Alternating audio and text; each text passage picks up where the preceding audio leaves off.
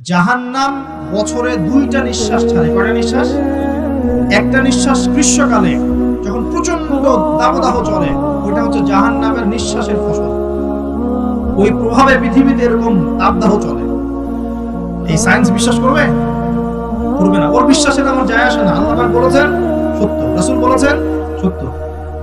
আরেকটা হচ্ছে শীতকালে যখন প্রচন্ড ঠান্ডা, তখন শীতকালে জাহান্নামের এমন একটা জায়গা আছে যেটা কিন্তু শীতল জায়গা।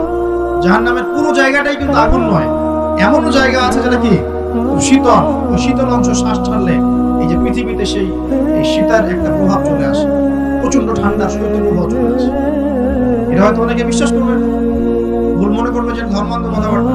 হাদিসে আছে নবী সাল্লাল্লাহু আলাইহি ওয়াসাল্লাম বলেছেন, কে সত্যবাদী? এই পুরো সভ্যতার রাসূল সাল্লাল্লাহু আলাইহি ওয়াসাল্লাম।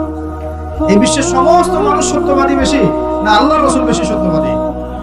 বাস, আর কোনো দরকার আছে কথা?